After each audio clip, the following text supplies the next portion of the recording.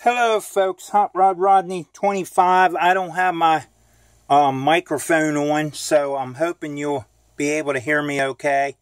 I'm going to do this one-handed in this video.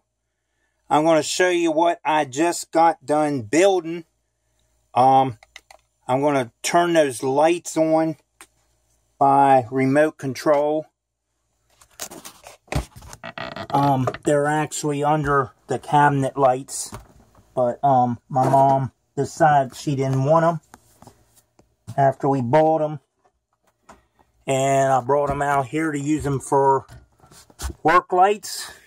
I'm crawling up on my platform right now. I'm sorry guys, the camera was down.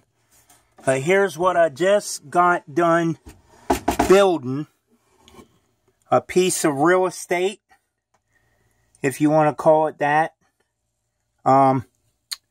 It's basically just a removable section that's going to go in here and slide in like so, and then there'll be a bracket,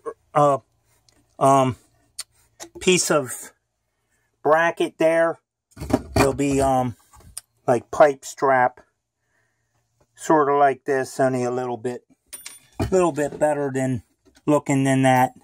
Something like that right there. When I get it cut and put in with little track screws or whatever I decide to use. But this is going to have to be removable, like I said, to crawl, or for me to shimmy back to where my trains are going to set. Back, I don't know if you can see that or not, under the bridges there's some track back in there, and the switch is way back. It's basically going to be a hidden yard, but I'll be able to see it by a camera system and stuff like that. So I'll also have indicator lights when the trains go over certain parts of the track, so I know when to stop them and start them and so forth. Yes, it's complicated with DC, but it's just something that I've started teaching myself, and I'm not going to stop for that reason. As you can see, it fits pretty good. It slides out pretty good. All I have to do is, like I said, put some kind of bracket there and maybe one over here. That way it don't go sliding back and forth like that, because it's not a full length. I didn't want it a full length because basically, guys, all this is going to be, and I'm sorry for the camera shaking, I'm going to take this piece of track out, this straight piece right here, and put an old Atlas switch in that still works. The only thing that's wrong with it, I sort of damaged it, and I rigged it by breaking some of the break some of the covering off, and I soldered a wire to that contact, because this contact, or the screw that was in it, stripped. I could not get it out, and it was frustrating. And when I finally got it out, I did not put another one back in because I knew it was going to be the same way. So I just took and broke a little piece of the covering off, soldered a piece of bare wire there, and all I have to do is solder my wire or whatever right onto that, as well as hook up those other two screws. It'll work fine. I've tested it. But this will go in there like that. And back here is a feeder wire all ready to go. And of course, that's one of two switches that was probably going to the hot rods recycle or junk and recycling facility.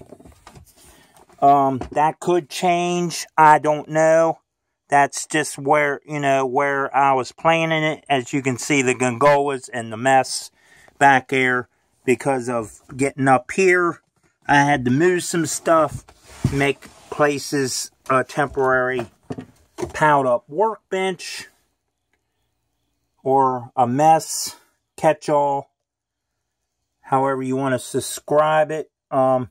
There's one of my Western Maryland engine locomotives that smoke. That's probably one of my best locomotives I've owned over the years. And it does smoke. It runs. It'll pull 11, 12 cars easy. But I'm thinking about 23 on it before. So it has enough power that it'll pull 23 to 25 cars. So if you get it sped up enough, that it ain't, ain't spinning, or you don't have no heels and stuff like that. But my locomotives will not be going up the grade, up the incline, decline, riser, places, because these will the locomotives that smoke and don't smoke will actually be up here on these 5 tracks. And whenever, someday, when I get those other 3 tracks up, there'll be the 3 smaller locomotives up there as well. But back to what this video is actually about. This that I built, this shelf, removable section, shelf, whatever you want to call it. This switch will go in here like this. And I will be doing this brace right here to back to here, only because I want to fill in that whole space, because what was here before was this with brackets on it, and it went in as like a face plate, sort of similar to fascia, but it was a face plate like these. They're just held on by a bracket, pipe bracket, type stuff, on both ends. And I removed the one that's over here, and I removed this one so I could get a slanted piece in there, but it will be probably the whole length, like sort of like this, only a little longer. That one ain't long enough, obviously. I can put it like that probably and fill in the little gap. Ain't no big deal either. I can cut one of those and redo it. But I will put this at an angle. I will probably cut it the whole way like that. And just for the fact, I could then put, something there like a yard tower or a gate or something, a gateman. But anyway, what this switch will be for it'll come across, go on to the new piece of land, real estate that I built. And it'll be like 1 or 2 car siding, or it might become, you know, some kind of yard up in there. I haven't really decided if I want to put a building in behind it, like a industrial. I thought of putting my grain, or making a grain facility, or at least putting elevators up there with some kind of building. And then I got to thinking, my grain cars are kind of long, being that they're newer. Some of them being older, but they're kind of a full type size. So being that I'm using a lot of 15-inch radius, which I've mentioned in several past videos, they'll probably make it, but they'll be tight. So the grain facility might not go up here. I'm thinking possibly even a new orange juice, a new Tropicana plant going in up here for my orange juice cars. Something like that. And leave the old one over in Prestonsburg for, you know, like it was abandoned and bought by someone else that needed docks and stuff for rail service.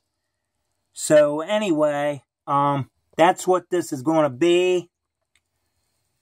And I just wanted to show you that, you know, my simple bench work, or whatever you want to call this, it just basically slides in, or it'll, long as there's no marks, my dad's marks track, long as there's no, long as I don't have his train over here setting, I'll be able to push this inside the mountain. Now this here is going to be a tunnel. This is all going to get built in eventually, so it ain't going to be looking like that. I'll probably put a board or something across there lower to get around the Marks engine, since it's higher than HO. And then I'll do the mountain holes or portals or whatever I build there accordingly to each scale. But this will be a tunnel. This will be a tunnel opening. That'll be a tunnel opening, and of course behind these boxes will be the other tunnel opening to that point. That hole there will be covered up. Up there will be the river that me and my dad wanted,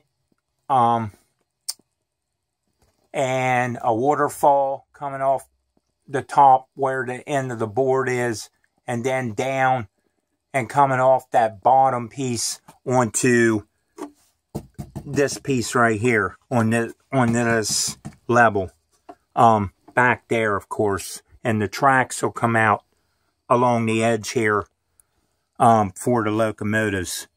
So there'll be like a river, waterfall, part of a more of a river, and another waterfall, and then down here it'll go into a big lake. And, you know, in there. But I just wanted to let you see something that I've been building. that I've been wanting to build. I had this idea for a couple weeks. I don't think I really got to tell my dad about it. So, basically, I'm dedicating this whole train shed now to the memory of my dad, because he's the one that built most, or put the walls up and the insulation and all those shells that you see with his trains. And part of up there would be where it looks like it's going up a ramp, or a grade, which it is, up above the passenger cars. There's 4 of my trains, which on this side you can see them sitting there. I've had those in videos running. It's hard right now. It's kind of hard to explain everything until I get more stuff cleaned up in here. But I wanted to work on this tonight. Since I could get to my shop now, since I mowed and did some more mowing and everything. I've got a lot of work to do around here, but at nighttime I can come out here and kind of do some stuff. But I just wanted to let you know in this video, this is what I've been building. Those boxes that you see back there, I gotta get them, or since this is removable, I gotta get those boxes out because of, that's all my train cars, basically. And over here's some more. These are all Lionel and marks. I think there's some marks in there. Most of those are Lionel, the flashing radioactive cars. These 2 boxes are cars. I've basically got cars everywhere in boxes. I've packed most of it up except for those that's up on the upper shelf that was running in other videos. So nothing would get broke. This down here, I just had this stuff set in here to see what it would look like. These locomotives won't even be down here. They'll probably be 3 littler trains just going around in circles. But anyway, guys, I just wanted to let you know what I was up to. I'm kind of back into the train mood since my dad passed. It's something that he would want me to do, same way of racing, which I'll be doing the 13th, 27th, and 28th of October to honor him. But right now, you know, since there's no place racing, I'm back into the train hobby some. And basically on this side, I know it's probably crappy looking, but this board here is actually crooked, but it's working. It supports it. It'll be fine once the brackets are on there on the front. All I have to do is unscrew one of the screws, take this like this, move it, and swing it out. Of course, unhook the track. I might make it so it's, removable. I don't know. But anyway, guys, that's what I've been up to. Basically, this angle piece will be I'm hoping corner bracket led to this leg somehow. That way I can unscrew it. And when I take all this out, this piece will also come with it. Or it'll be separately removable with a bracket, you know, somewhere. But all that will be covered up, which with what I used for fascia, foam board is what I use for fascia on this layout. So I know a lot of people use hardboard and all that. Well, I can bend that just as well and put little screws in it without ripping it up, and it's also paintable. But anyway, guys, I'm going to end this video because it's getting kind of long-winded. I'm just rambling, as Chuck Baker would say. But anyway, to the next video, guys. I'll have an update video when I get this corner piece in, hopefully, and get some track laid, I'm hoping, soon.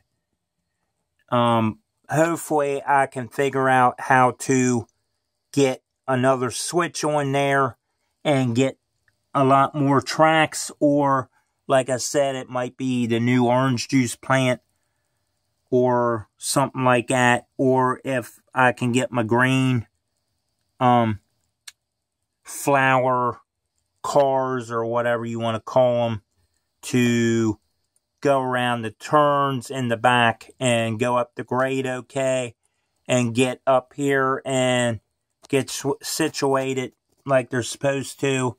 Maybe I can put them in here and put some grain elevators silos in and fill this whole most of this up. But I'm thinking more of like a real small car yard, just enough to hold some cars next to the yard down back there out front in Prestonburg. You know, it's always nice to have a lot of small yards as well as a big one somewhere, so you can store cars or get them out of the main line. But anyway, it's long-winded. It's over 23 minutes. So like, share, subscribe, comment on my channel, ding the bell for future videos. And to the next video, Hot Rod Rodney 25 out.